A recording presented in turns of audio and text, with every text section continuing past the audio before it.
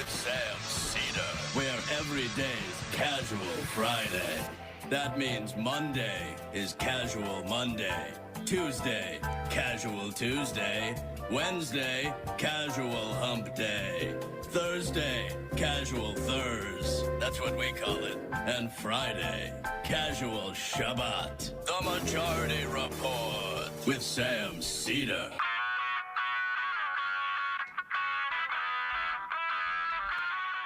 It is Friday, July 15th, 2022. My name is Sam Seder. This is the five-time award-winning Majority Report. We are broadcasting live steps from the industrially ravaged Kiwanis Canal in the heartland of America, downtown Brooklyn, USA. On the program today, Ryan Grimm, Washington, D.C. Bureau Chief of The Intercept, sometimes host of Rising for the Hill. Also, later in the program, to provide us a streaming movie, Matthew Film Guy will be here. Also on the program, Texas suing to stop federal law which protects the lives of mothers. Indiana AG investigating a doctor who performed an abortion for a 10-year-old rape victim. Manchin pulls the plug on his own tax and climate proposals. Surprise. Secret Service deleted text messages from Jan 6th, while a Metro Police witness corroborates, supposedly, some of that story by the other witness, Hutchinson, about Trump grabbing the wheel, the steering wheel on Jan 6. Meanwhile, Republicans quash a Democratic bill to protect the right of people to cross state line for abortion and reproductive care, as the House to vote on abortion protections. They've also begun to move on an assault weapons ban. Starbucks Workers United files a new series of complaints on store closings this time that Starbucks is using to stop organizing. Joe Biden in Israel announces an additional $300 million in aid for Palestinians. The Sri Lankan president resigns in absentia in the wake of massive protests, and at least 23 dead when a Russian cruise missile hits a wedding hall and shopping center in a city far, far away from eastern Ukraine. All this and more on today's Majority Report. Welcome, ladies and gentlemen. Thanks for joining us. It's Casual Friday. As you can see, I am wearing a soft-collared shirt. Mine's soft collar. Emma Yeah, look at that. Vigeland is also wearing a soft-collared shirt. I'm glad you didn't go with what you were thinking of. Well, it's going to be pretty rough. By the time we get to the fun half, things are going to get pretty ugly. I understand that you... I revealed too much. You revealed too much yesterday on the program, and we'll save it for the fun half, as it were. But boy, oh boy, that was an unforced error. It really was. And I've been known to have said unforced errors in my life. I've tried to avoid these kinds of pitfalls on the show before, but I slipped up yesterday. I messed up, and I revealed my college nickname. Yep, that sounds like a huge mistake. Yeah. But we'll get there. My sense is, based upon just how many IMs we've gotten about it already, that this will blow over within, 5 or 6 years. So I wouldn't worry about it. Jesus. Let's get to this quickly. I mean, we are now... Am I having an issue with my camera right now? Okay. All right. Just making sure. We have now moved into, in this country, in an incredibly... I mean, the pace at which this is moving now. Roe v. Wade, the overturning of Roe v. Wade was not, as if it wasn't enough, was not just a move that has implications for people who need abortion care or need reproductive care, health care, broadly speaking, being prevented from doing so in at least 13 states and then 26 states and then maybe in other states as well. It was a signal to the right in this country, which is, let's be clear, half of Donald Trump's votes came from self-identified evangelical Christians. And the remaining half may not identify as evangelical Christians, but certainly a significant portion of them have a fundamentalist worldview.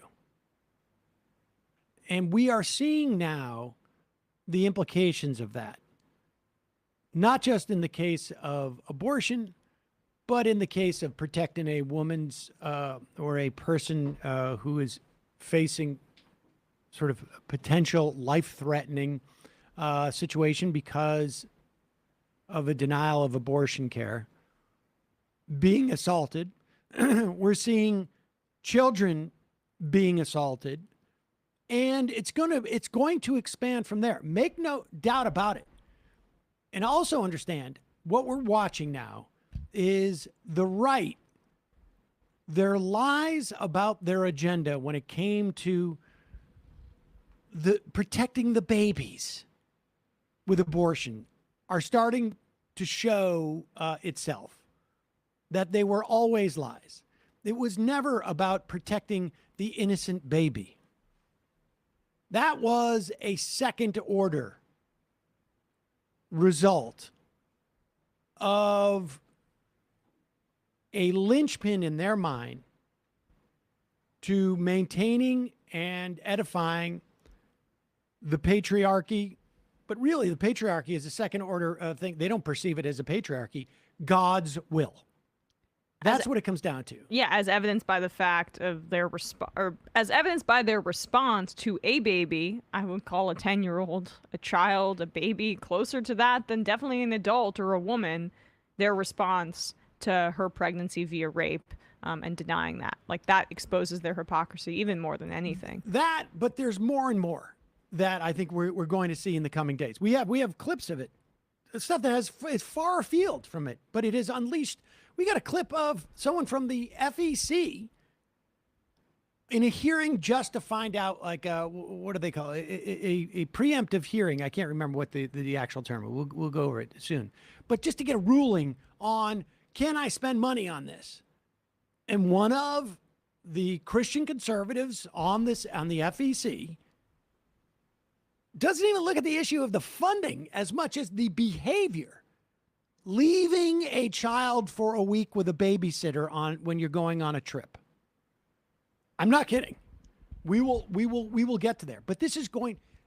In other words, it is over. They're not hiding anymore. So understand they've been lying this whole time.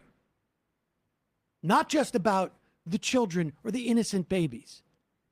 They're lying for the Lord, as you said before the show. Lying for the Lord. Because it doesn't really necessarily... It's the same reason why they supported Donald Trump, right? Even though there was a lot of talk in the lead up to the 2016 election. How can evangelicals support this guy? He is an adulterer. He is gluttonous. He is everything that they're supposed to stand against. But it doesn't really matter, right? It was the same reason that Mike Pence stood beside him. It was all about the lie, or what the ends justify the means for them, which is the patriarchy, the Christian fundamentalism being enshrined into law, and Trump followed through with that, and we're seeing it in the Supreme Court. Yep. Now they got what they wanted. All right, so with that said, let's look at Jim Jordan. This is a guy, remember, very, very concerned about protecting children. Unless they're wrestlers on his team and they're being molested by somebody. Then we cover that up. That one narrow case, not so much. But here he is on CNN.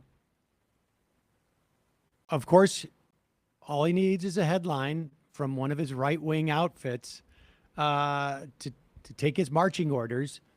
And It's hard to believe that the right did not anticipate the idea that in Ohio itself, there are at least, according to in 2020, there were 52 children under the age of 15 who required an abortion in 2020.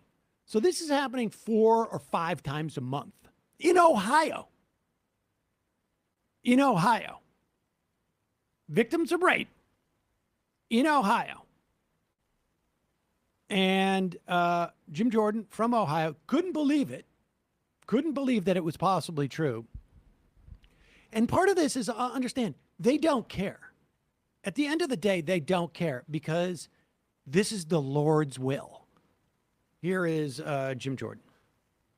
Why'd you delete the tweet?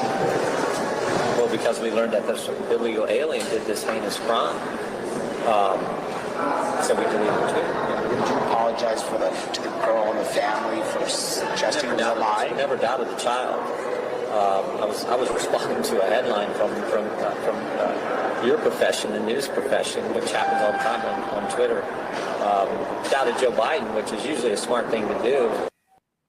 Yeah, I mean, here it is. And so he's saying we deleted the tweet where he was, questioning the story when he found out that it was an illegal immigrant. They're going to do anything they can to divert from the attention of what the real story is here.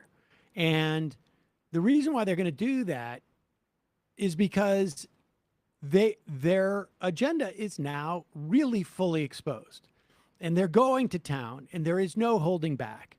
And they are trying to provide a soft landing for the 60, 70% of this country, maybe a little bit less, 60%, 70%, that does not want to live under a religious fundamentalist regime.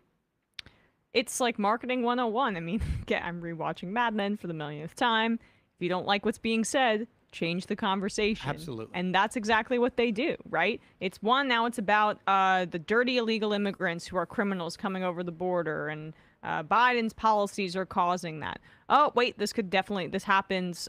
Child rape, assault happens, and the pregnancy could happen in any other instance. Okay, now it's about the veracity of the story. We're going to cast aspersions on it, even though the Indianapolis Star and the Columbus Dispatch also both verified this story. And now it's about this, it's about that. They need to operate on a different playing field because the reality of what they support is not, as you say, Sam, not supported by the vast majority of Americans in this country. So they have to make it about anything else. We're talking to Ryan Grimm in a few about this story and more. First, a message from our sponsor today. Ladies and gentlemen, today is July 15th, and that means that you have the 16th, the 17th, and then the 18th until midnight to avail yourself of this deal. Sunset Lake Sebede has a wide variety of Sebede tinctures, as you know, because we have told you for, months. They've added the citrus and the mint flavors. They have the original. They have upped it from some of the 750 milligrams. You can get a 3,000 milligram or 6,000 milligrams, so you don't have to take, a bunch of different droppers. But there's something for everybody here. You have trouble going to sleep? Try their Sebede and melatonin tincture before bed for a better night's sleep. They have their high potency, like I say, 3,000 and 6,000 milligram tinctures, perfect for catching a mellow buzz and reducing stress after a long day at work. But if you find you get a little bit too mellow, you can drop down to the 750. And starting all this week, but for the next 3.5 days, all Sebede tinctures will be 35% off with the coupon code TINCTURE, TINCTURE. Now, usually, it's left its best. We'll get you 20% off on all of their products. But if you want that extra 15%, 35% off using the code tincture. I've been using CBD. I don't know how much I want to Sebede. Sebede. Yeah. Shoot.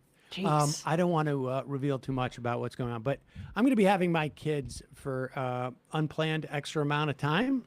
And literally, when I heard that, the first thing I did was just take a little bit hit of the tincture. Gotta calm down. You got to calm down a little bit.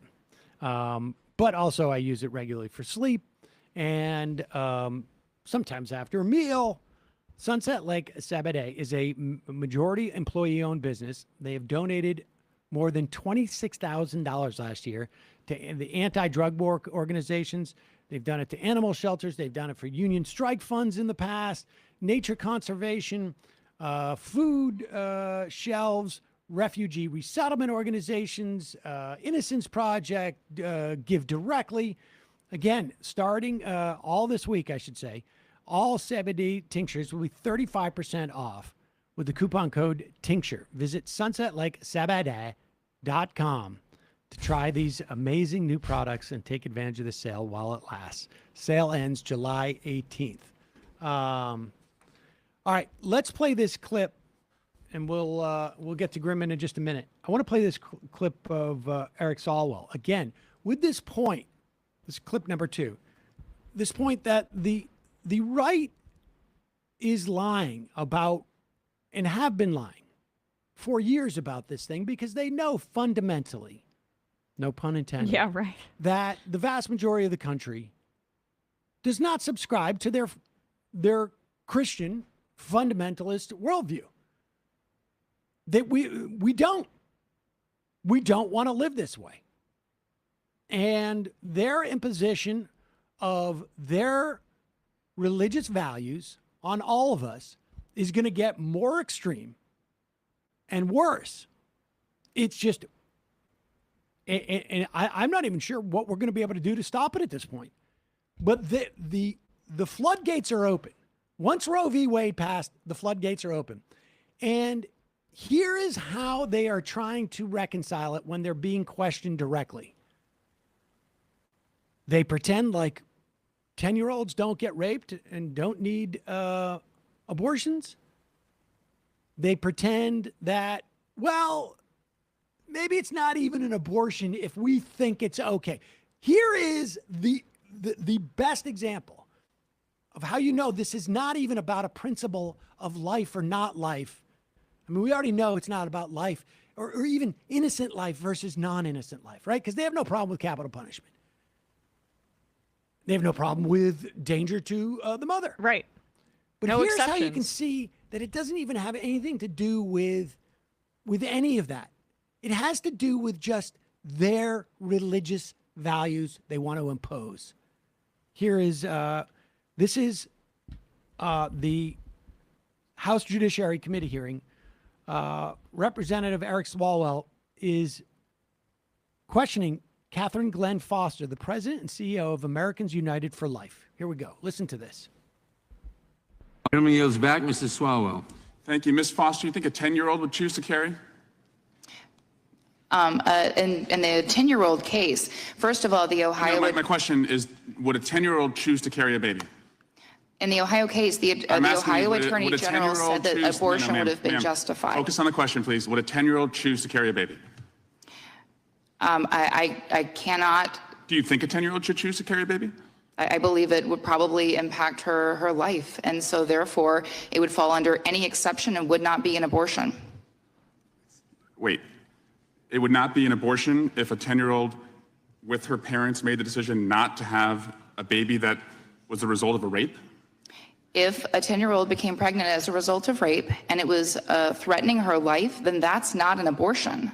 So it would not fall under any abortion restriction in our nation. Ms. Warbelow, are you familiar with disinformation? Yes, I am. Did you just hear some disinformation? Yes, I heard some very significant disinformation. Why don't you tell me about that? Yes, Hold on. Like, I don't even think, to call this disinformation is not even doing it justice. It's stupid Washington speak. It is conflating this is not disinformation. This is fundamentalist religious, because he won't say it, because he's afraid to say it. But this is religious fundamentalism being imposed upon people. This is theocracy. An abortion is a medical procedure. You don't get to decide if the morals line up in the way that you like. A kidney transplant doesn't count if it's a 10-year-old, right? You got to call it something different. Well, the thing is, it's like, that's not, the point is, it's not even that they're 10. It's that this woman thinks that as long as it can be justified morally in her mind and in the church's mind, then it does not exist as a medical procedure or any type of factual thing. It is God saying, you get a pass here. That's not the way this works. But understand, this is not misinformation. Misinformation is when you deliberately tell people something that is untrue to deflect from it. But she thinks it's true. She thinks it's true because the invisible man, and it's a man for her, I promise you, in the sky has given word to their minions that this is a wash. It's not a sin because of the calculations we've done in our religion. Because it's sufficiently brutal. Yeah. This is just like stunning. She's not getting up in front of Congress and delivering misinformation. She's getting up in Congress and delivering God's word, period, as far as she's concerned. And that is now the law of the land, according to her. It would not be an abortion if a 10-year-old with her parents made the decision not to have a baby that was the result of a rape? If a 10-year-old became pregnant as a result of rape and it was threatening her life, then that's not an abortion. So it would not fall under any abortion restriction in our nation. Ms. Warbelow, are you familiar with disinformation? Yes, I am. Did you just hear some disinformation? We should be clear. This is a clip right here, cut to later get a witness. Yeah. Information? Yes, I heard some very significant disinformation. Why don't you tell me about that? Yes, an abortion is a procedure. It's a medical procedure that individuals undergo for a wide range of circumstances, including because they have been sexually assaulted, raped in the case of the 10-year-old. It doesn't matter whether or not there is a statutory exemption. It is still a medical procedure that is understood to be an abortion. Beyond that, I think it's also important to note that there is no exception for the life or the health of the mother in the Ohio law. That's why that 10-year-old had to cross state lines in order to receive an abortion. Mr. Chairman, and thank you, Mr. Warbelow. Yeah, but this is why, to me, they'll lie, as you say. They will lie in order to get the law of the land implemented in the way that they want it to be, which is their perception of what God wants. And so, I know I've said this point 400 times on this program, but I just want to hammer it home. It is important in certain contexts to highlight the brutality and the fact that there aren't exemptions for rape or incest in certain instances like this. I understand that it's valuable to highlight the brutality for Democratic partisan purposes and for the purposes of those hearings, but largely in the broader context, on the battlefield of trying to combat these religious fundamentalists, they will lie no matter what. When they are presented with an extreme case such as this, a 10-year-old being raped and having to have an abortion, they will lie to get around it, saying, oh, it doesn't count. It doesn't count because I've decided it doesn't count. But the statutes and the laws that they support don't back up that context. So you gotta just always make the broader case for abortion, not just in these extreme circumstances, because it's not just for 10-year-olds who've been raped. It's for women that don't have the opportunity or to leave their husband, and they're worried that they're in an abusive situation and they may not be able to go back, or because they're just not ready in their life. They have other career things that they want to prove. So I just always want to bring it back to that larger context, because I don't want it to be pigeonholed as just a necessary procedure because of all these other layers of evil. If they had brought that woman, here's the thing. That woman has been saying, I'm sure, the same thing for years and years and years and believing it.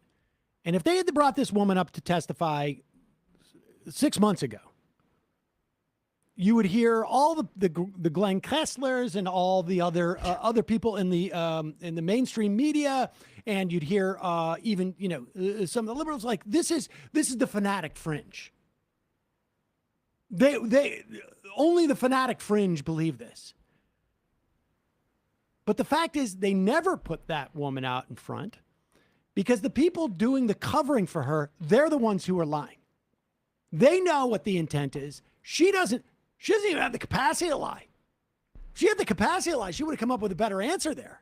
Yeah, parsing this with pedantry just helps them. It helps their fundamentalism because, like, it's all about the subtext and their larger project. Other Republicans out in front who were doing all the lying, and in the political class, and they knew exactly what they were lying for. All right, we got to take a quick break. When we come back, we'll be talking to Ryan Grimm.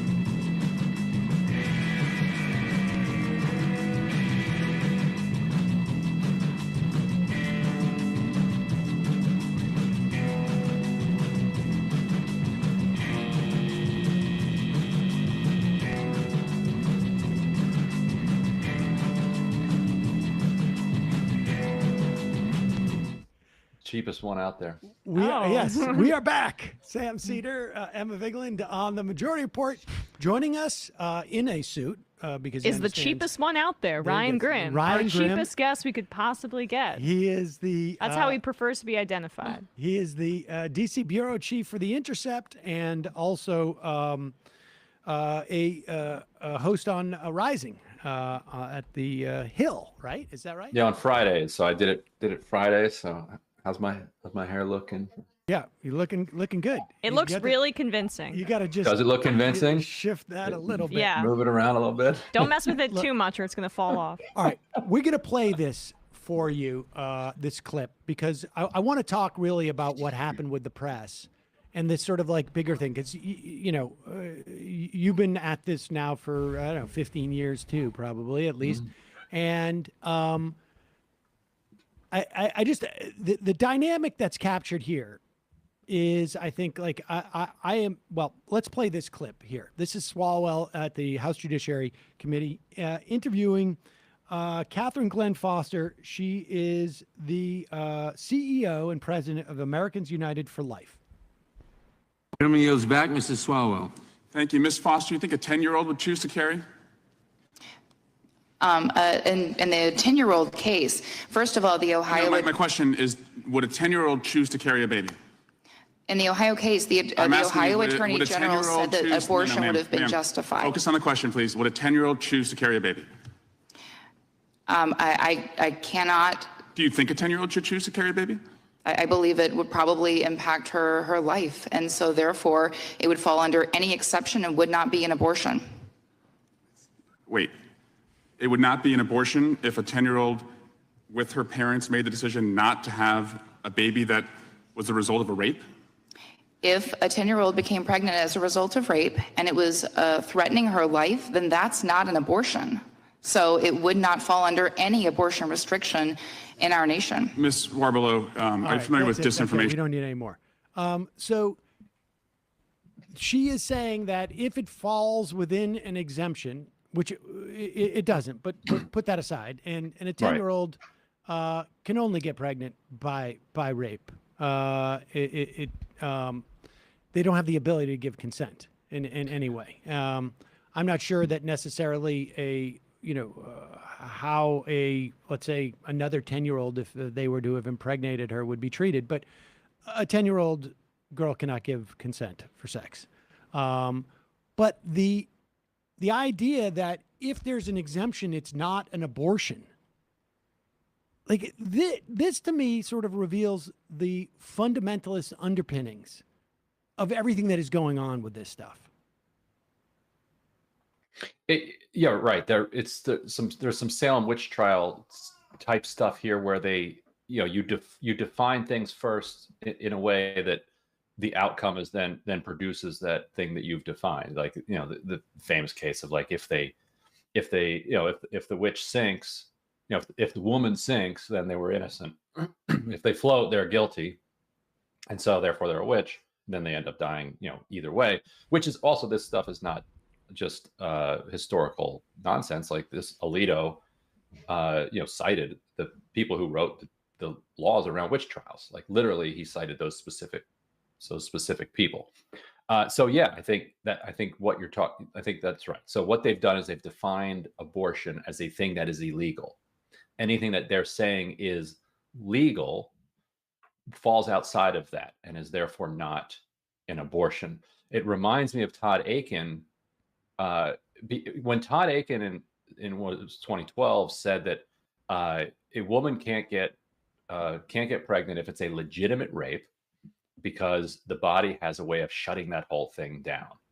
And so it reverse defines out what rape is. So you can't get pregnant by rape because the female body, designed by the Lord, shuts that whole thing down, was his quote. And then therefore, if you're pregnant, it was not by rape. And that's what they're really going for. Like, it sounds insane, but it has a logic behind it. And the logic is any woman who's pregnant, therefore, deserved to be pregnant. Because undeserving people just don't get pregnant. And in order to stand up that logic, then you have to start saying completely insane things. Like, if it's a quote unquote legitimate rape, you can't get pregnant biologically. And so that's where they wind up in the insane areas, or saying something like, well, if it's a 10-year-old, that's not an abortion. I mean, that's the problem is they are trying to translate religious fundamentalism doctrine into biology, into logic, the real world, into logic, into real world, into logic. And it comes out sounding insane. And we should note, Todd Akin didn't even make it to the election, right? Like, I mean, this gives you like a sense of like how far we have traveled in 10 years in this country. And I was saying in the lead up to that clip, I was saying, like, that woman is not put out in front 6 months ago. Or if she was, you would hear everyone from, like Tim Carney to Kessler to everybody in the Beltway media, from the right all the way. You can go deep into the liberals, even saying like, that's not fair. She's a fringe character. She's not going to be in charge of any of this stuff, blah, blah, blah. And then the Republicans who know that 60-70% of the country are not fundamentalists, they don't want to live under a fundamentalist regime, would come out and say like, you can't listen to her. She's not. But those days are over now. It feels like it's with Roe v. Wade gone. It feels like all bets are off. Yes, and because they're setting policy. And so one thing that you've heard, and we talked about this on Rising this morning, actually, one thing you've heard from Ohio Republicans has been, well, look, actually, if you look at the exceptions that are written into the Ohio law, it's possible that this 10-year-old actually could have gotten a legal abortion.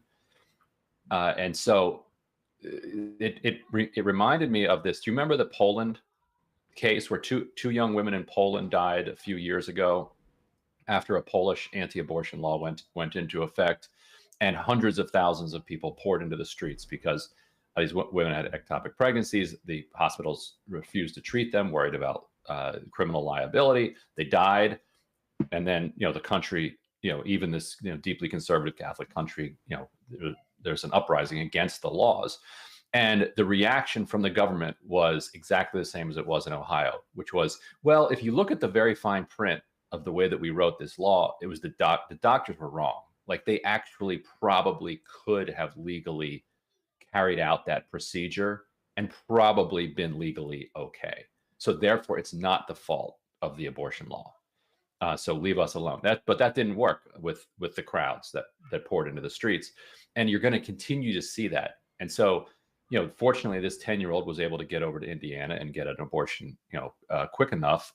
We still don't know, what kind of damage is done to the child's body just for that short amount of time. But if it goes into 20 weeks, it's causing enormous amounts of internal damage for somebody that young. But we're going to see, further cases, similar to this where women die or where young girls die. And you'll hear the medical professionals say that because of the law, they didn't carry out a procedure that they knew could have saved this person. And then you'll have Republicans say, well, you're wrong.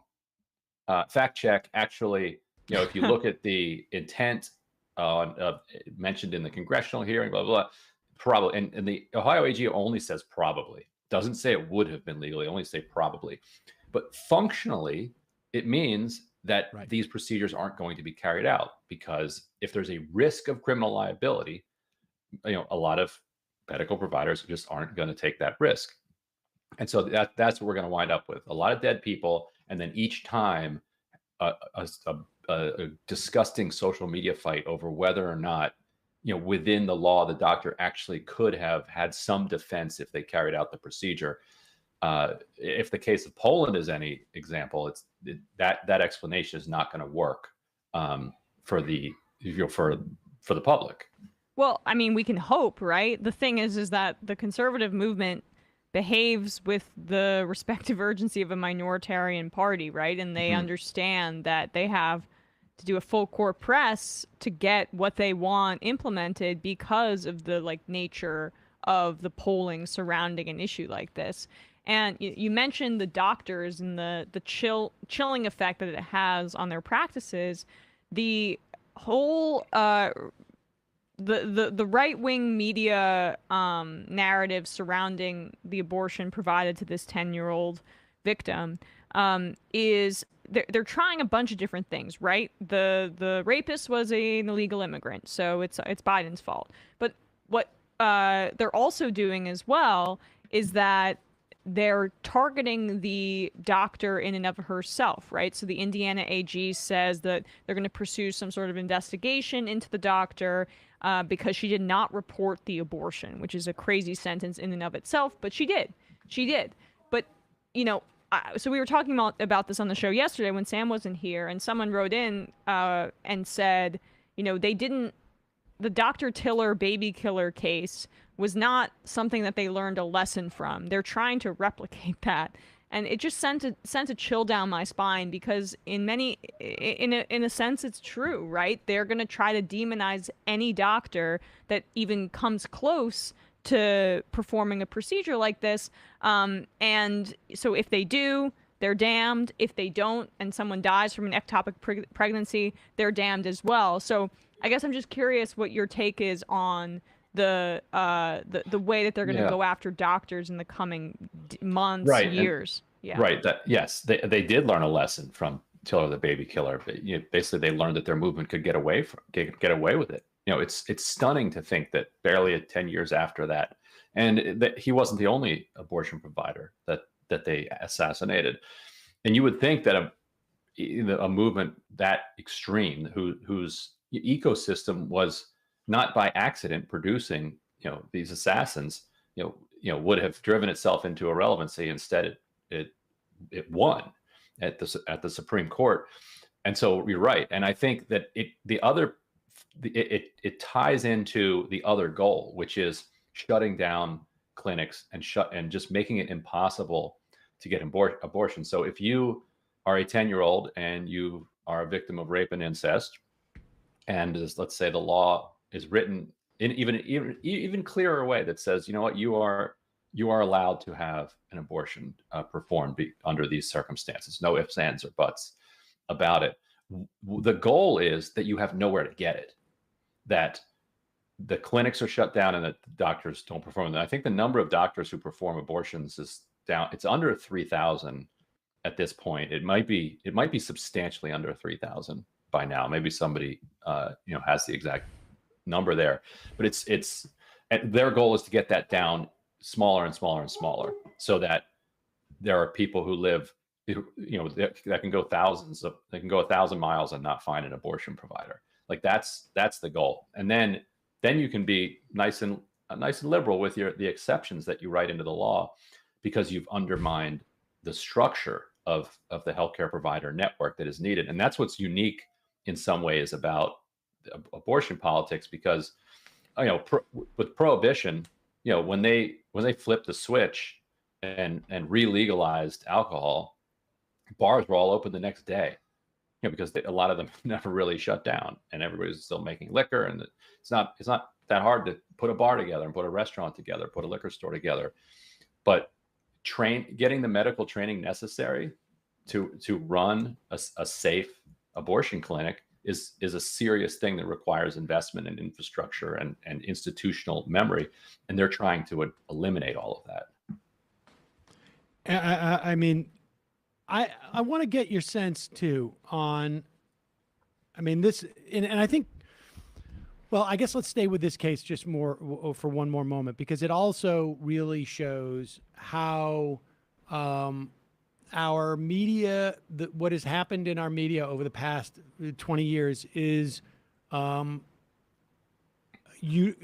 uniquely, temporally ill-suited to cover this story, right? And I don't mean this specific story, but we're going to see stories like this for all we know, there have been 3 or 4 other, or 5 or 10 or 15 or 20 other cases like this that have just taken place in the past 3 weeks. And we just don't know about it because there wasn't that one reporter who was there. And we don't know about, and there's no reason for a reporter to be there if a woman shows up in Ohio with an ectopic pregnancy and she can't get treatment because the doctor is like, I'm not going to risk going to jail. I'm not going to risk getting a fine wherever it was in the country. And there's no reason for a reporter to know that story. Right. The first thing you do when you have an ectopic pregnancy and your life is in danger, or maybe you pass away, you're not necessarily going to, there's nobody there going to go and try and get a reporter to talk about this. And maybe the doctors aren't saying anything. I just want to read this quote from Glenn Kessler, who was, the fact checker from the Post. And this quote, I think, comes from a Neiman Labs interview. I'm not quite sure where they got the quote from. I'm pretty sure it was direct. An abortion by a 10-year-old is pretty rare. And we should say abortions by 10-year-olds are completely rare, because abortions, hope so. Yeah. There's no 10-year-old in the country who has the... Doogie Howser was not doing right, exactly. Yeah. And then another quote. The Columbus Dispatch reported in 2020, 52 people under the age of 15 received an abortion in Ohio.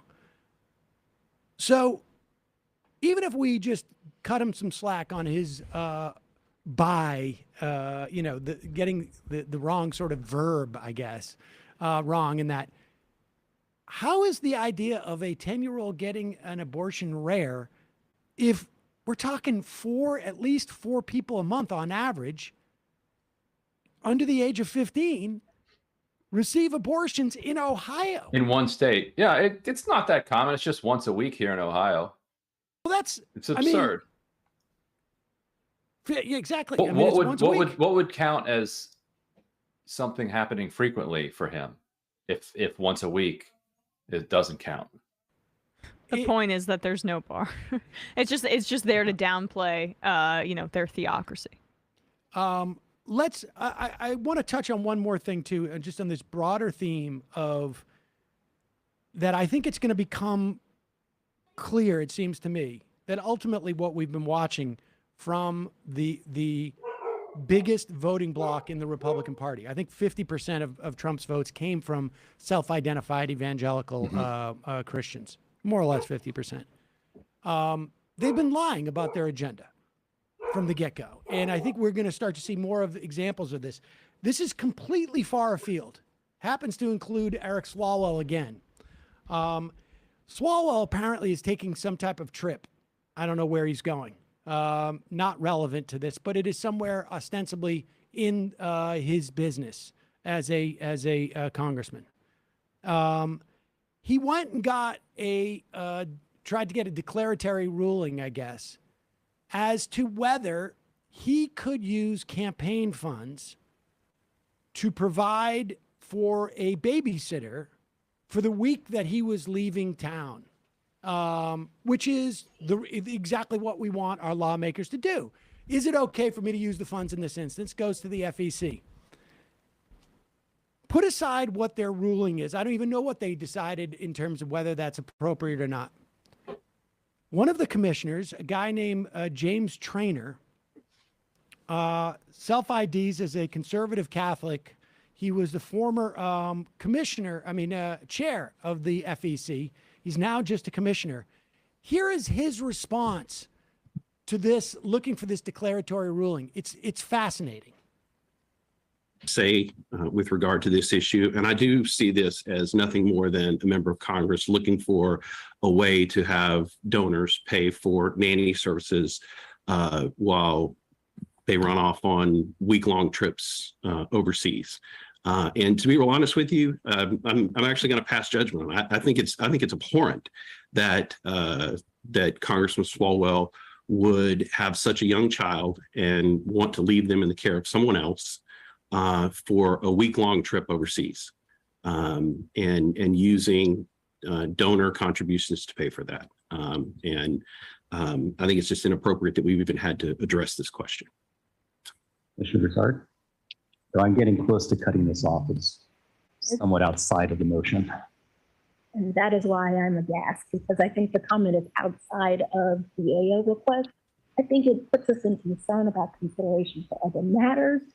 That's not appropriate for what we're doing here now. I can respectfully understand if someone does not agree with the draft 10 minutes. I understand your reasoning. We can stop it there, right? Because the question isn't whether campaign donations should go towards that. I don't know. I'm agnostic on that question. I would hear the arguments.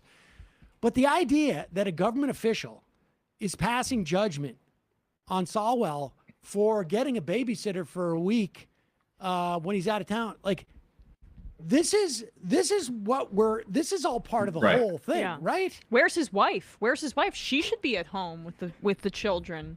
Babysitting, right? And it's a moral failing if that's not the case.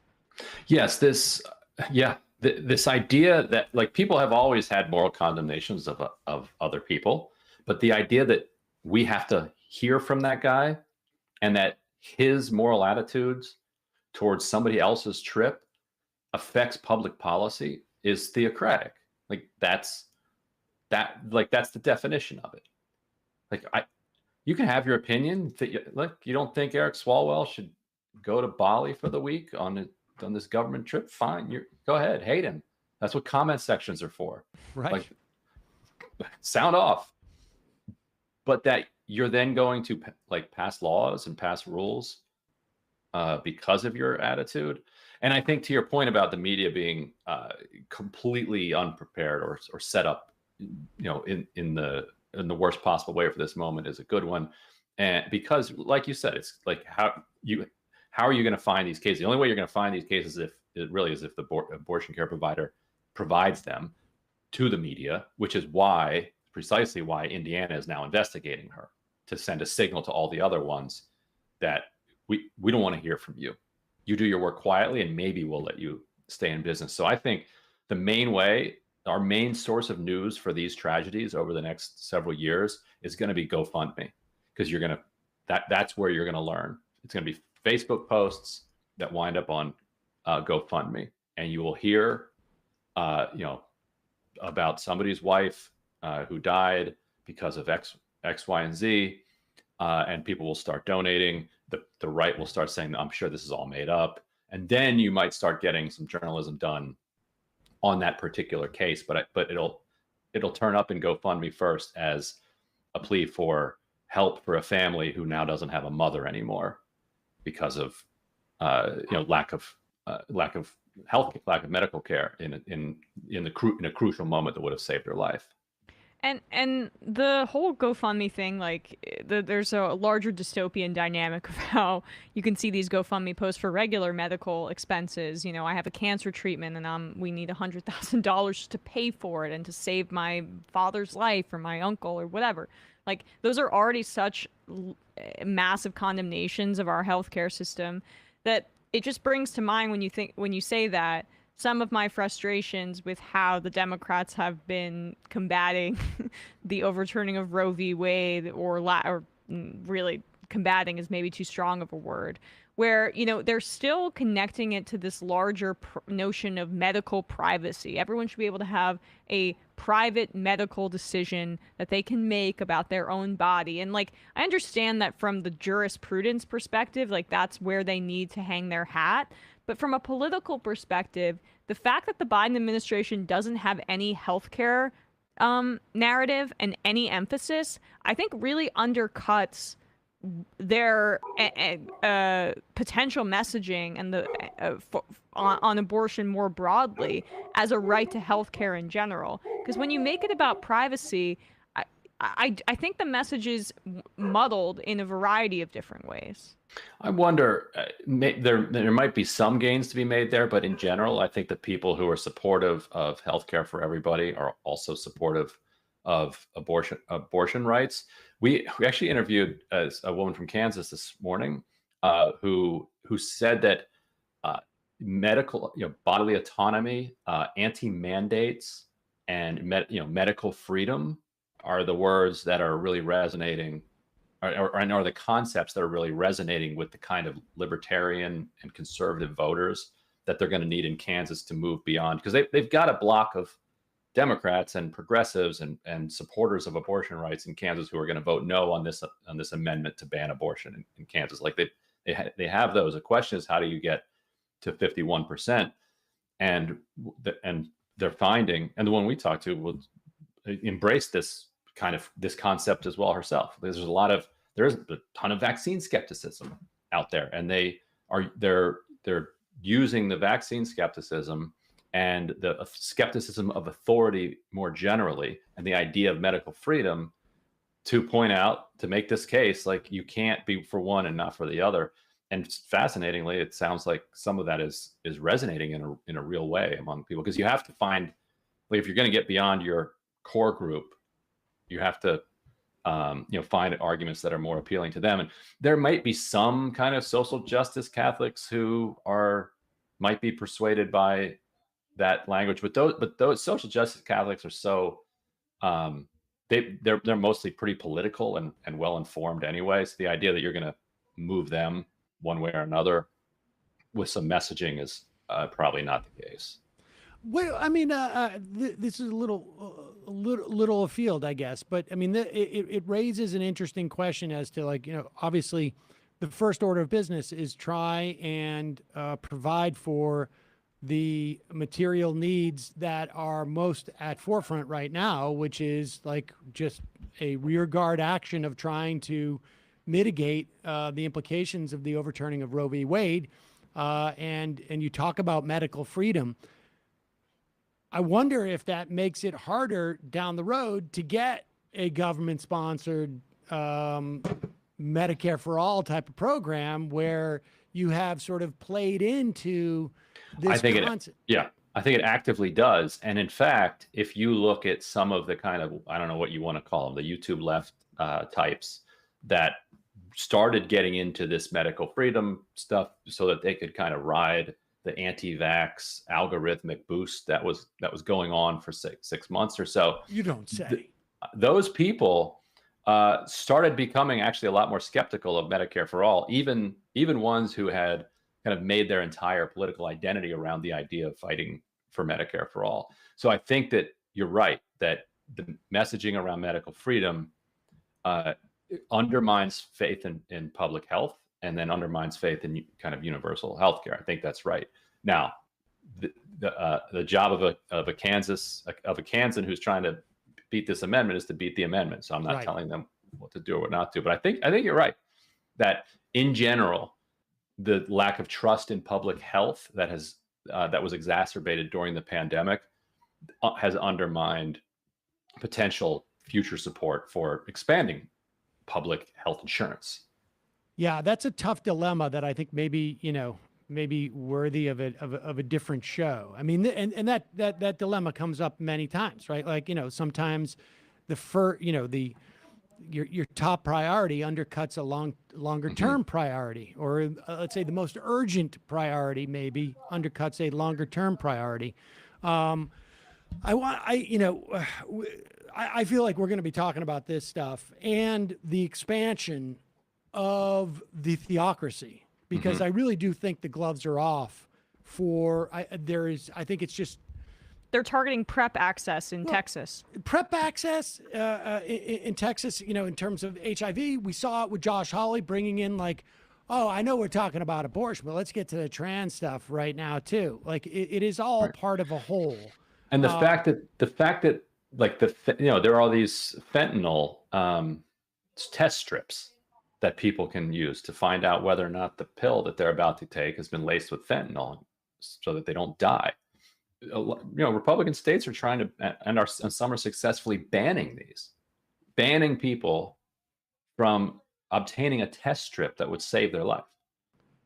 For what? Why? That's theocracy right there. It's because they're sinning.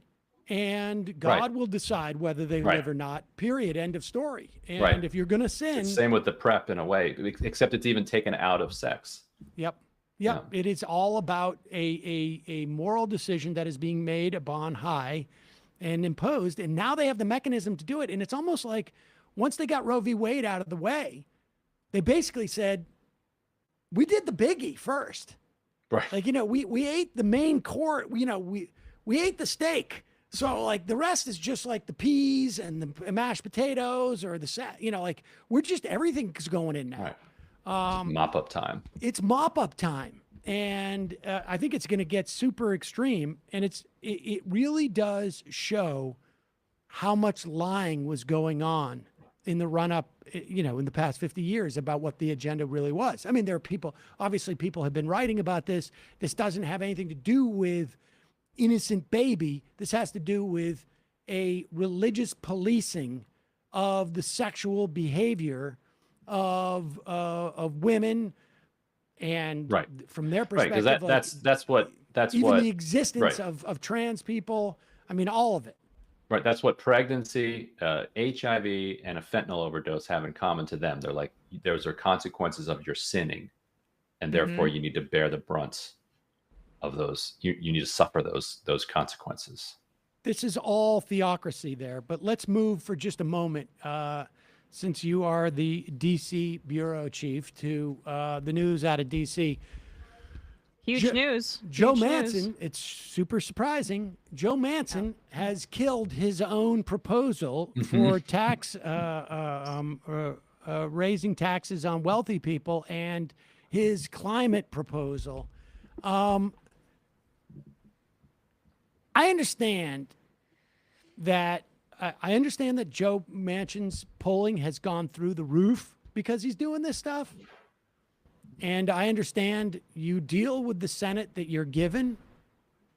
But at what point does the Democratic leadership take responsibility for not understanding what Joe Manchin has been doing since day one, or I would argue actually since closer to day 175 or 200?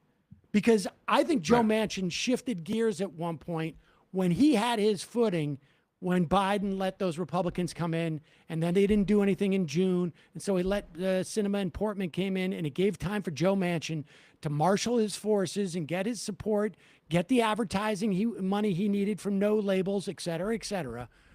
But he has played Schumer and Biden and frankly also Pelosi like a fiddle, it seems to me. Yeah, and I think a mistake that they made early on when it comes to Manchin was not dealing better and harder with Sinema, because Sinema actually set up a situation where that led to today in this way. When Sinema said, "Look, I'm not doing any increases in the marginal tax rates for the rich or marginal tax rates for corporations. Those numbers have to stay flat there, and therefore you have to go and find other revenue in the tax code because you can't do it the easy way. Like we're going to move this number from 32 to 36. Like that's how you do normal policy because and it's fair. That hits everybody equally.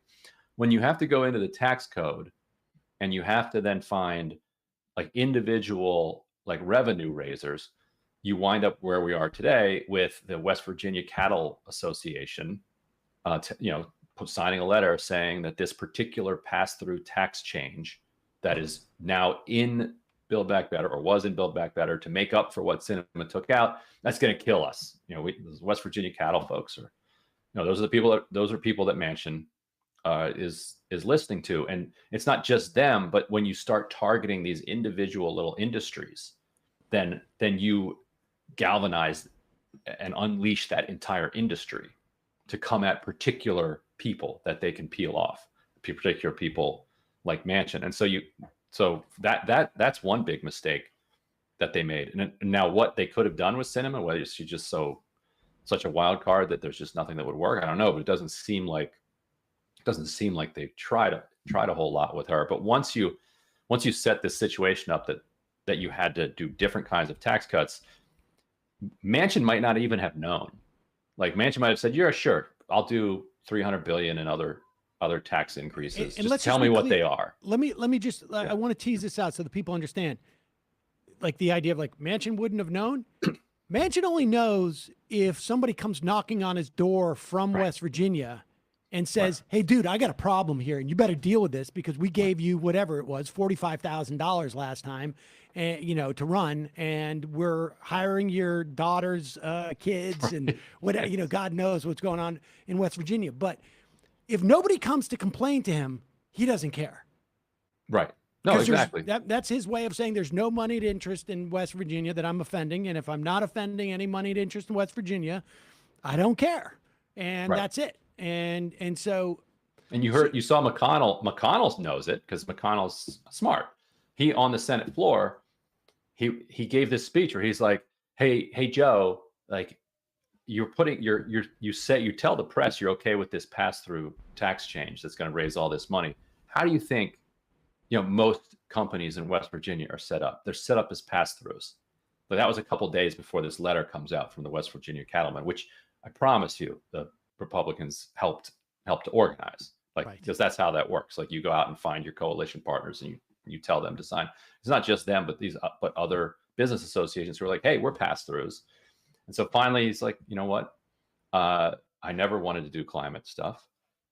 I love, the fact that he got a second round of this where he gets to like put his thumb in the eye of Biden and Schumer and Pelosi again." For him, it's like this isn't worth another like 3 or 4 points, probably. He's thinking. Yeah, Manchin. He waited just long enough for the last one to fade, and he kills the exact same thing again. Except it's not the exact same thing. Like you said, he proposed this. Like this was his specific proposal. He's like, "Here are the things that I would do. This amount of tax increases in this way. Half of it deficit reduction, drug pricing, climate. It's got to be energy funding across the board." It's his idea, and he killed his own idea. Yeah. From your perspective, is this incompetence, or like, I mean, is it possible that like Joe Biden didn't want to ever pass anything, didn't really want to maintain that pass-through tax or whatever it was? Or, I mean, like it's literally just. It's just embarrassing what they cannot figure out what to do with Manchin and with Sinema. I mean, it's an embarrassment. Like, it's an embarrassment for them, it seems to me. Like, there's no, this is such chump change stuff, as it were anyways.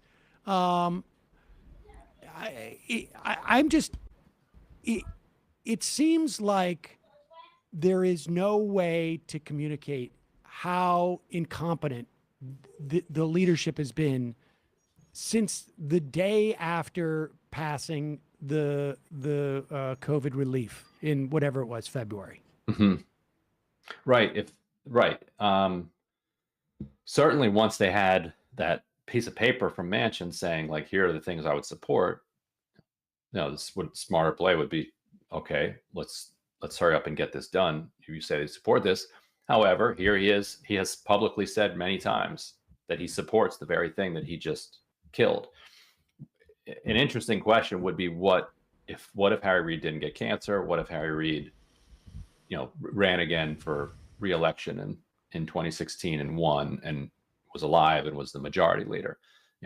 Harry Reid was maybe since Johnson, or maybe better than Johnson, when it comes to just the tactics of building coalitions and getting legislation through the Senate and meeting the needs of members where they were. Now, when he left, Reid and Manchin were not on speaking terms anymore. Like, Reid hated him that much. So maybe, forget about it. Now, maybe Reid, there's so many maybes. The 2016 elections should have gone differently. But for Comey and that 2 points, you probably have, Ron Johnson's back in the private sector, and you've got Russ Feingold in that seat. They should have had Joe Sestak or Fetterman, or Katie McGinty could have won, should have won that seat. In Missouri, Jason Kander lost by 2 points, but all the polling, showed him just about, ahead, going into that final race. And then you had that weird tick at the very end. So that changes things.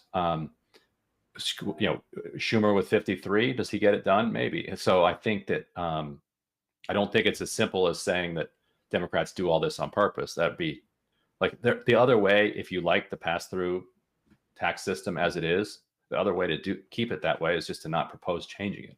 Like, there's not a whole lot. It's not a whole lot of value of that's the thing that gets me so frustrated. It's like, where's the value in pretending that you can't even get this done? Like, it doesn't help. Doesn't help you. It's who is the person going around saying, like, well, at least they said they gave it the it. old college try. Nobody. Like, all those people who would say that 6 months ago would have been like, we can't do anything anyways because of Manchin, period, end of story. Like, they keep trying, and I've said this a million times on this program, that my 6 years or 5 years at Air America, and with 6 different leaderships, I think we had 6 CEOs in 5 years and 5 owners in 5 years.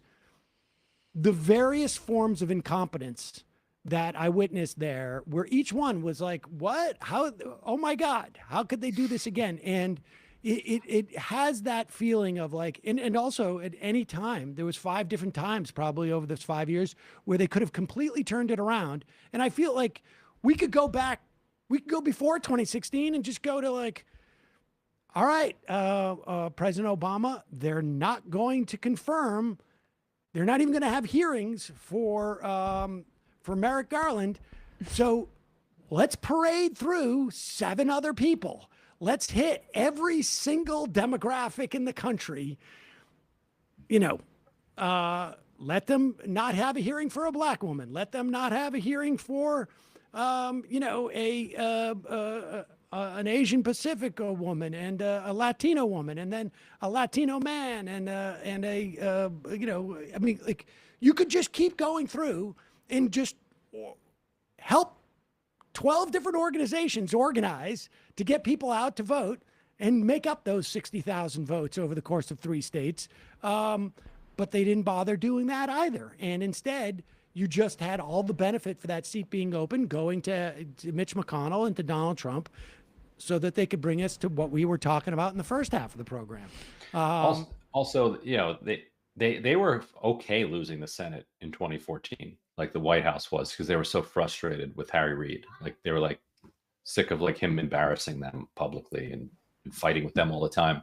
They not seeing the Merrick Garland thing coming.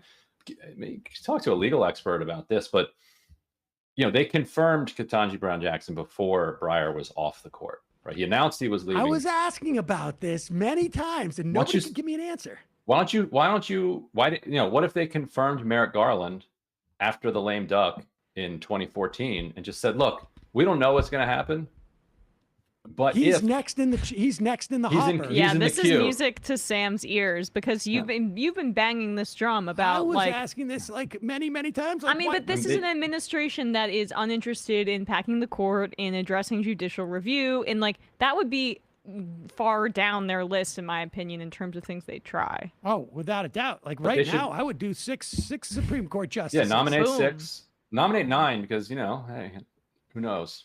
I mean, I don't know who we asked about this question, and it had something to do with like putting in the resignation or something, or anticipating, and I don't know. But I guess what it would be is that theoretically in the lame duck session they could pass it, but then maybe the Senate could do a revote. When Mitch McConnell takes over, the Senate could do a revote and say, we vote now to strike his confirmation down. They could. I mean, I think that's really what I think would happen in that instance. Right. But yes. So there's a lot of different screw ups that have led us to this point. With all that said, let's just do this in 2 minutes. I'm sorry we're running late. Where is your sense, to the extent that you've talked to reporters who are out there sort of like taking the pulse of these things? Because I'm starting to see like these stories where people seem to be pulling back from the Democratic nightmare scenario. I don't want to get anybody's hopes up, but I'm reading stories like there's only 30 swing districts in the country in the House now. So it can't be a landslide. Or if you look at the polling when, abortion comes into play, things change in the 19th district in New York, let's say, which is 4.5, +5 Biden district on an election year, but off year, a very different thing. What is your sense of like what people are starting to think in terms of both the Senate and the House? There's still a sense among people that Republicans are going to take over, but it does seem like that there's a little bit less confidence in the extent of it. Maybe a month or two ago, the question was like how bad the blowout was going to be. But now I think the conventional wisdom is more like they've probably got it, but we'll see, because the Supreme Court really scrambles the question of out party and motivation to vote in a way that we don't have any record for. Like there's nothing to compare this to. And if Donald Trump if Donald Trump declares in September, as he's sort of threatening to do, that also is going to change things. I wonder on the Senate side, is it the same way? The Senate, because they're confident in how a lot of these races are going. Ron Johnson is unpopular. Herschel Walker in Georgia. Dr. Oz. Dr. Oz. Mark Kelly. We got to play that Snooki thing a little bit later. Snook is out. For Fetterman. Mark Kelly's popular in Arizona, despite the best efforts of cinema to paint him as a right. And radical. Blake Masters looks like he is set to maybe win there, and that's going to help Mark Kelly quite a bit too. Probably, yeah, right. Because Blake Masters is not the guy you want if abortion is, people care about abortion. Right. So New Hampshire's tough, but yes, people are a little more confident about holding the Senate for Democrats than the House. But even I think people aren't betting their lives anymore on what's going to happen in November. Well, whereas before it seemed pretty open and shut. Ryan, thank you so much for joining us, and thank you for doing your hair up for us too. You got it. Appreciate it. You don't always get. Well, he has that glam Doesn't always squad. put that on. He doesn't always I put did it on Rising for- one time. Do they still do your makeup for you and all that stuff? They do. I mean, I did it a few times, but in studio, like I was like, oh my goodness, I wish I had this every day. Fancy schmancy. I wasn't in studio today, but yeah, they take good care of you. Thanks for wearing the suit. They, Really they have do their work appreciate cut out for them. Yeah, you got it. Yeah. All right. Ryan Grimm, everybody. Check out The Intercept, obviously. Oh, we didn't even get, you guys had a pretty blockbuster story about the Secret Service. Check that one out. Deleting their things. And now there's a Metro cop who is corroborating, at least, we can hear the secondhand. Those Secret Service guys, really crack organization there in terms of like serving the Constitution. And they said that they were going to testify on the record that Cassidy Hutchinson's testimony was false. So let's call them to that. I would love to see these Secret Service agents on the stand to explain why their text messages are all deleted. Any day now. Yeah. All right. Ryan Grimm, thanks again. All right, folks, we got to take a quick break. And when we come back, we'll be talking to Matthew Film Guy.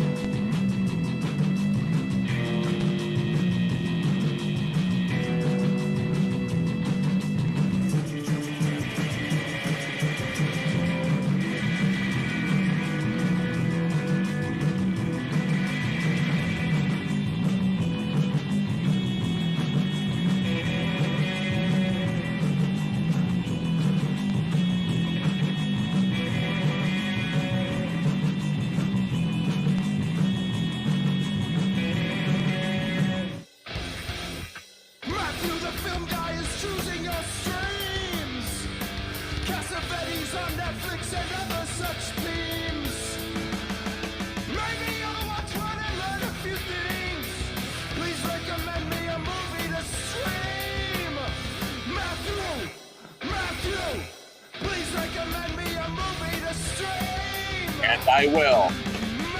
Oh.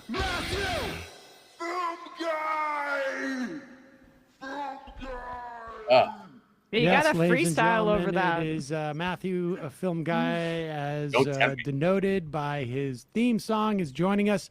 Matthew, will you indulge me one moment? There's just two IMs. There's two IMs that I have to address.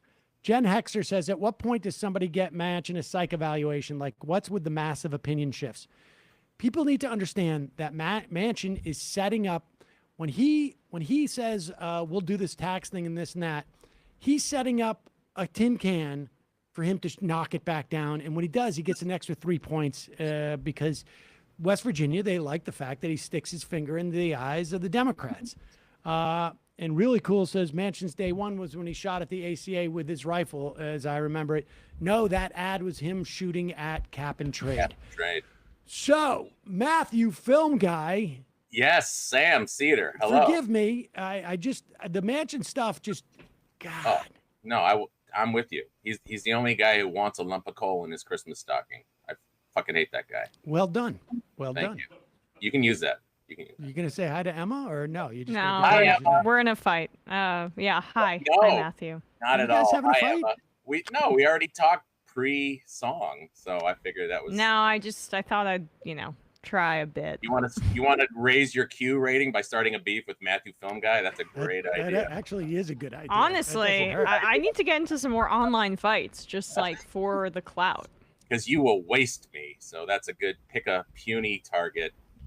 Actually, where is it that you'll deep six her over at, what is it, Boxed, or what is it? Letterboxd. That's where all of Matthew's films are rated at Letterboxd. Actually, I was going to maybe hold on to this, but since you brought it up, you can go look at my recent diary on letterboxd.com. I'm Langdon Boom or Matthew Film Guy. And you will see that finally Mary got me to watch Mean Girls. Yes, that was this week. and I have to say I quite enjoyed it. You can't sit with us. It ages really well, right? I mean, having never seen it, I can't speak to the agingness. Although I could tell you that I heard 2 or 3 things that already made it into the cultural zeitgeist enough that they reached me. Well, so it came out in 2003, I think, right? If I'm What was Mean Girls about again now? Mean Girls. Girls who are mean? It was You TFA's take on high school sort of cliques. So the way that The Breakfast Club was like the defining movement or movie for that generation. Mean Girls, I mean, and again, I'm just saying like for white kids. Mean Girls was like, I think for the most part that movie. It's like maybe my favorite movie potentially. Yeah. Well, and they filmed it at Montclair High School, which was the town that, adjacent to where I grew up in. I used to say I was from Montclair, even though I was from a smaller town right next to Montclair.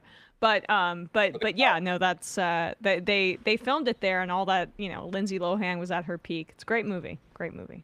And honestly, I didn't realize it was such an SNL kind of production. So, Lorne Michaels produced it and Tina Fey wrote it. And I'm not sure if she also directed it, but you got, half the cast of SNL at the time are in it. Tim Meadows, Amy Poehler. Yeah. totally, Rachel McAdams before The Notebook. Yes. And Amanda Seyfried before she was Elizabeth Holmes. So. And actually, Sam, I was reminded a lot in a weird way of Who's the Caboose during it, because it's another one of these movies. It's an entry in the whole idea of people are liars and they lie to present themselves in a certain way. And all the humor is based on that. And nobody's quite clean. Like everybody's somewhat compromised in that way. So I think you would actually really enjoy it. You'd get something out of it. It's not just a throwaway teeny bopper kind of comedy. It's got some I had no idea, but that was it's not that great, but it was that was the Who's the Caboose thing. I used to describe it as like one person's sort of lies meets another person's lies, and they just have a relationship, and the people just sort of stand out of the outside. Yes, that's you could use that for Mean Girls. I really do think. Don't you think, Emma? I think he'd really enjoy it, like a lot. It's legitimately biting. Like it's actually genuinely like biting and incisive movie. I love it. Yeah. Well, I'm just. Would Saul enjoy this at this point, or is it? I mean, maybe. What is he? He's 9, 8. How old? Yeah, he's 9 like it. plus change. Yeah. We just watched The Revenant. He and I, and no. I was gonna say he'll be fine. No, Benjamin was like, you should watch the the bear fucking one. I haven't. And I watched it one night, and I texted on him your the next- TV. Yeah, it's just like not even worth it. Then I watched it one night and just texted him the next morning. Saul loved it, and I'm like, what? Because I saw it in theaters. That was like when I was like single sure. and sad, and I went to the movie theater by myself, and I watched that by myself, and it was not like. I appreciate the artistry of it, and they use all natural light apparently for the way that it was shot, which is interesting. But like, I don't remember anything about it. Tom Hardy's inscrutable. I didn't understand a word anybody was saying. Yeah, it's kind of like a dumb guy smart movie, but like that's kind of why it was fun in the theaters. Yeah, just right. For the prospects and like right. the spectacles. Anyway. Yeah. No, I didn't see that one. Okay.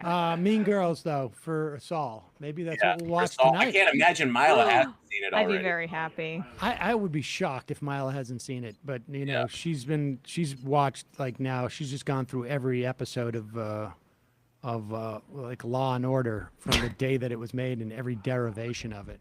Wow. That's her big thing. It was Mean Girls was such a phenomenon for my generation that when I went to camp, there was like a whole day that was themed after it, where we watched the movie and we did trust falls and like we talked about our lives and stuff like that. That's how big of a deal that movie was. Uchi Wally wants you to know that Emma, 48-year-old black men approve of Mean Girls. I just wanted to like give a caveat and not be a dick because like of a movie that is definitely more about my like suburban white existence, and not saying it was a universal. It was one of the white thing. canon films. Yes.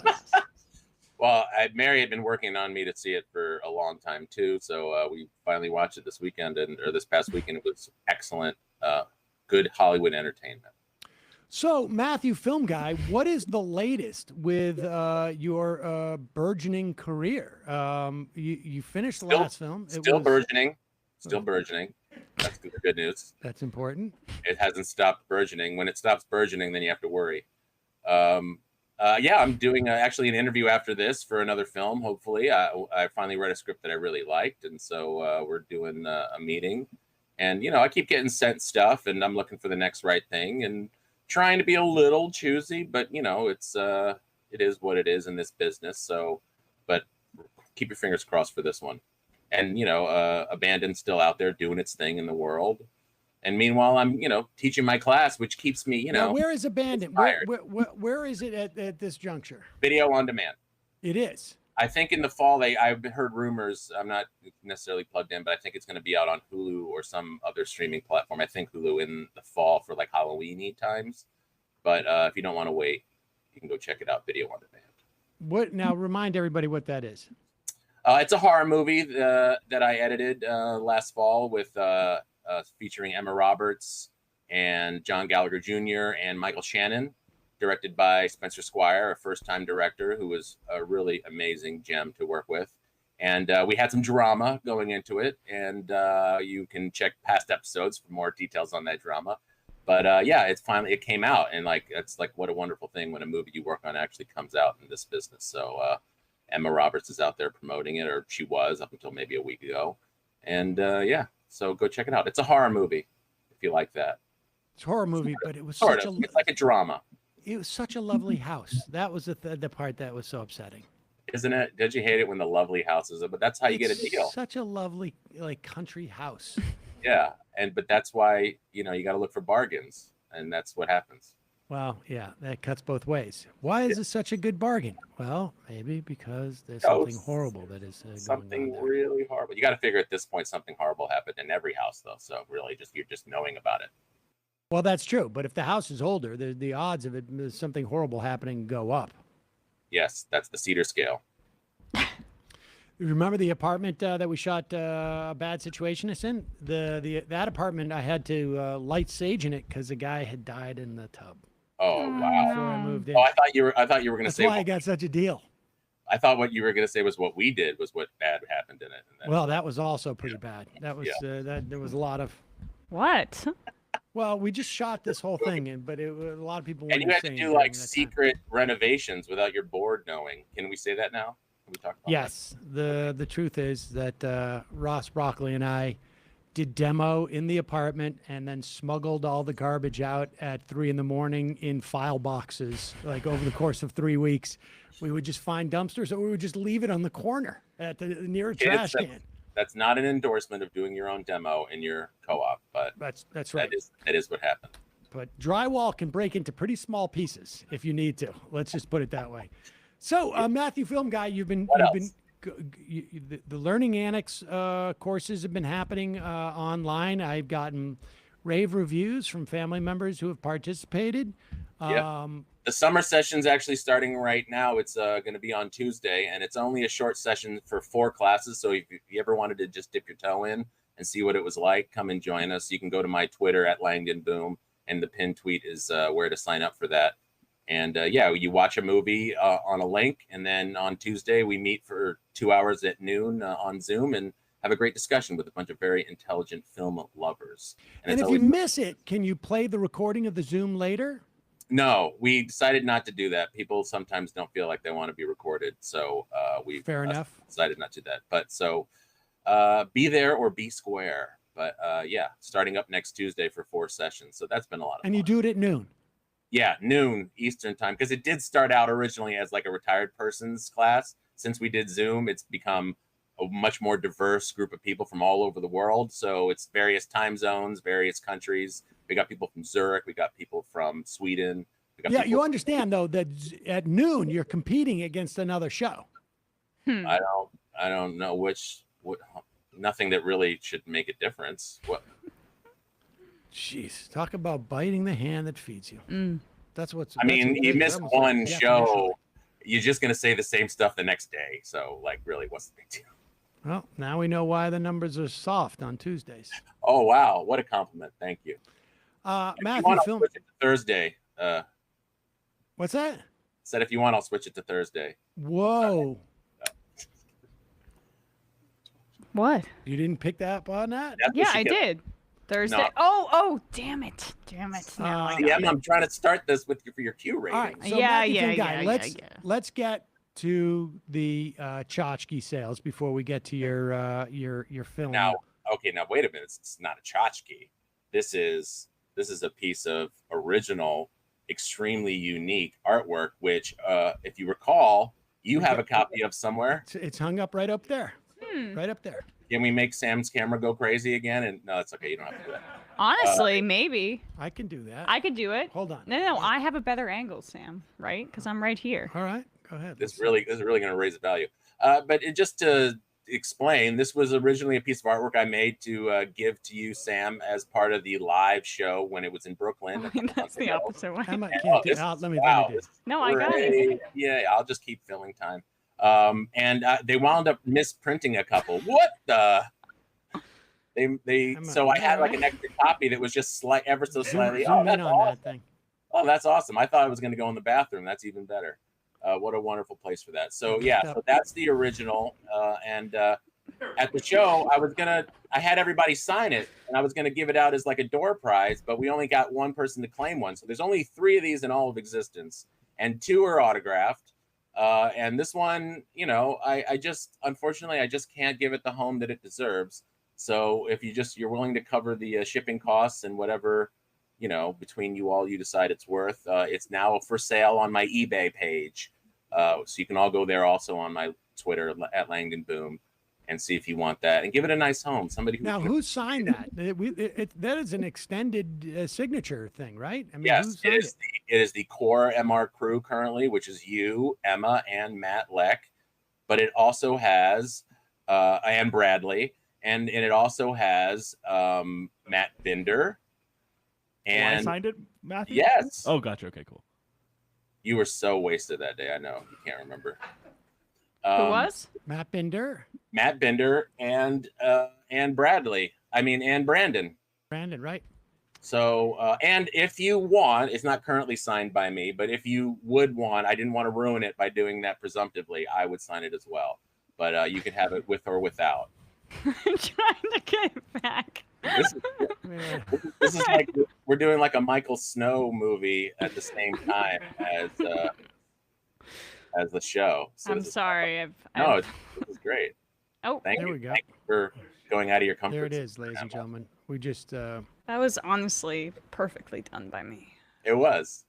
All right, so Matthew, let's get to it. What else? What are we going to hear from you in terms of what we should be streaming this weekend, or frankly over the course of the next week? Well, if you recall last time, I kind of went kind of heavy on the art film beat, really questioning the role of art in society and what it could actually do to change our lives or even our internal consciousnesses. But that was before I went to Disney World for a week. And did you go to Disney for a week? Yeah, it was my mother's 70th birthday, and we so talked we about wound up this. going. Yeah, we did. You wanted to give me your guide to doing it, and actually I went through and I got like re-brainwashed by the Star Wars rides. Like they were like, wait, we talked about him going, or that he'd already been. I was about. He was to on go. his way. He was okay, going. no, yeah. So we haven't talked about you actually Having been there. No. But so all that got counterbalanced by being heavily ensconced in the Disney World. Did you go on that Star Wars rise of with like 5 different stages and it's like actors? Or that was pretty impressive. It was really impressive. I mean, we're getting like Westworld almost level like in entertainment, and unfortunately, it's like, is this where movies are going? In a way, yes. That's they're meeting in the middle. But having said that, it didn't completely rewire my brain to the joys of the commercial cinema. But, I did watch Mean Girls. And so I had this other film that I had wanted to see for a while that's by a Taiwanese filmmaker whose most of his body of work is some, I would say, pretty heavy, either historical, political, but also in that kind of deep sort of esoteric filmmaking language kind of way, story content. And his name is Hu Xiaoshen. I may have mentioned some of his movies on the show before. Yeah, I think you have, Matthew, actually. Yeah, Flowers of Shanghai is one of my all-time favorites. It's like mostly just like one-take shot scenes with fades in between where they're just sort of panning in between the actors, and it's sort of a period piece. So this is sort of in that mold where he does a lot of period pieces. He also does films on the historical sort of conflict of Taiwan as native country, and some of them are current, some of them are more, like pre-modern times. Some of them are only around the original sort of conflagration. But this one he did was sort of like what you might call a wushu movie, like a samurai, but not samurai. It's in Chinese, like a kind of a kung fu type movie. His take on such a thing, and it's called The Assassin. And it actually is pretty interesting. It does have some of the sort of sword fighting and flying people. You may have seen it in Crouching Tiger, Hidden Dragon, but it still has that kind of ambient narrative sense, the kind of long takes and the sort of vibrational frequency where you really have to kind of lean forward to be absorbed in the action. You're not given a lot of like chop-socky kind of action. So it's not quite that kind of action movie, but it's his take on it. And I highly recommend that one, The Assassin. The Assassin. Okay. By Hu Xiaoshen. And then I would be remiss if I didn't say that our class recently watched one of the few Yasujiro Ozu movies, a Japanese filmmaker who's one of my all-time favorites, that I hadn't seen. And it was sort of oddly sort of topical in that it depicts for part of the story a woman's decision to have an abortion in post-war Japan. And it's very, very interesting just to see that section of it. And it's not the entirety of the film, but Tokyo Twilight is another one that I want to blast out there for people to go and see. It's sort of one of his more, I would say, somber movies. He does a lot of sort of domestic dramas mostly. You might have seen Tokyo Story or Flavor of Green Tea Over Rice, Late Summer, ones like that. But Tokyo Twilight gets kind of short shrift in his sort of oeuvre, and I'd say it's really, really worthy film, and it's out there on the Criterion Channel, I believe.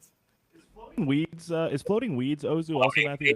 Floating Weeds may be my favorite Ozu, about the group of actors and the guy who may or may not be the father of that child. Yes, that's a great one. That one's in color too. He does some movies in color towards the end of his career.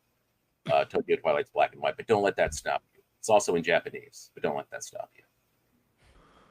Well, two good choices today. I think I might be able to check out The Assassin. Is that one that Saul would like? Nah, I don't think you're gonna check that one out. I don't think so. But I mean, yeah, give it a shot for sure. But Mean Girls, you also sort of also I definitely endorse recommended Mean Girls, so we can check out Mean Girls, and maybe I'll watch Assassin on my own. It's PG-13. Just You a would- heads up. Assassins? No. Oh. Actually, I don't know what the rating is on the Assassin. It's about a female assassin who goes back to her old town to may or may not have to kill her old fiance. Oh, everything's so woke now. Yeah, God. I know. Ugh. Feudal China was so Can't woke. enjoy Right. movies anymore because all the assassins now, they're not I white know. guys. Yeah. I know. Like All right. how can I know. Nevertheless. You persist. Exactly. Matthew, Film Guy, always a pleasure. Folks, we will put a link to Matthew's eBay page so that you can, bid on the one of 3 prints and only one of 2 with signatures in the world. Whoa. Thank you for that, Sam. And also, please, my class link, see if anybody wants to jump on by Tuesday. Still time to get the movie, and join us on Tuesday for that chat. All right. Matthew, Film Guy, thank you Thanks, so much. Emma. Thanks, Sam. Thank for having me. you. Bye, All guys. right. Bye, Matt. All right, folks. We're going to head into the fun half. 646-257-3920 is the number. Not sure what's happening on Left Reckoning or in the Matt Leck Media universe, but you can always check that out. They got a lot of stuff up there. I think Kowalski gave us an update. They had Marcus from Left Flank Bets on Wednesday, so check that out if you guys have a second to. Don't forget, justcoffee.coop, fair trade coffee, tea, or chocolate. Use the coupon code majority, get 10% off. And like our YouTube stream. Subscribe if you're not already subscribed. I think everybody who watches the live show is already subscribed. But give us some subscriptions on Twitch. Poggers. Let's get a hype train going. Damn, y'all. Oh. Choo-choo. Let's get a hype train, level 5. Let's take this baby all the way up to level 5 hype train. 646-257-3920 is the number. I'm not sure how much time we're going to have for phone calls. I'll always caveat caller on Fridays, without a doubt. See you in the fun half. 3 months from now, 6 months from now, 9 months from now. And I don't think it's going to be the same as it looks like in 6 months from now. And I don't know if it's necessarily going to be better 6 months from now than it is 3 months from now. But I think around 18 months out, we're going to look back and go like, wow. What? What is that going on? It's nuts. Wait a second. Hold on for a second. Emma, welcome to the program. Hey. Matt. What is up, everyone? Nomi Key. You did it. Let's go, Brandon. Let's go, Brandon. Bradley, you want to say hello?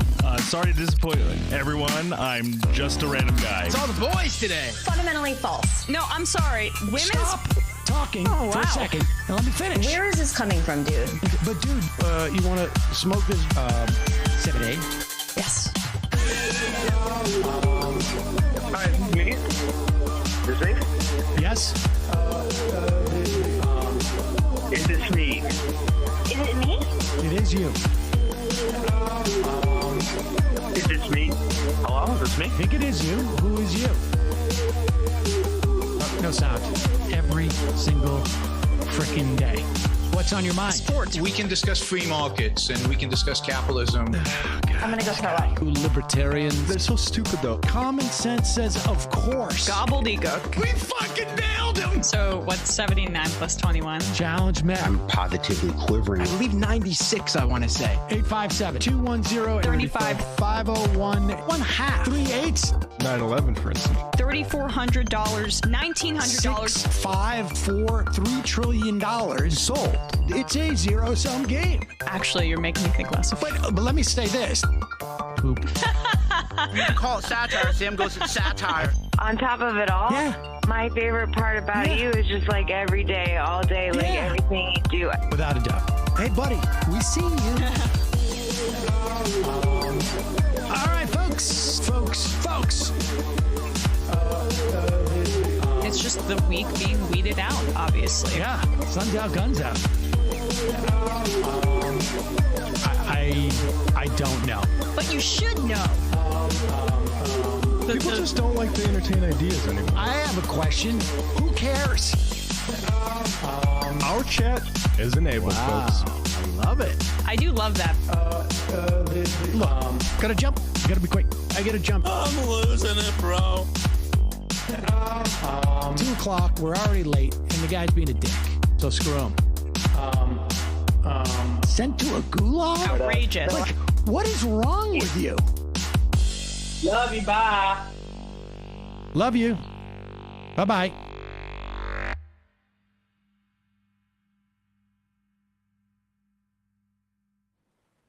We are back. Sam Seder, Emma Vigland on the Majority Report. It is the fun half, ladies.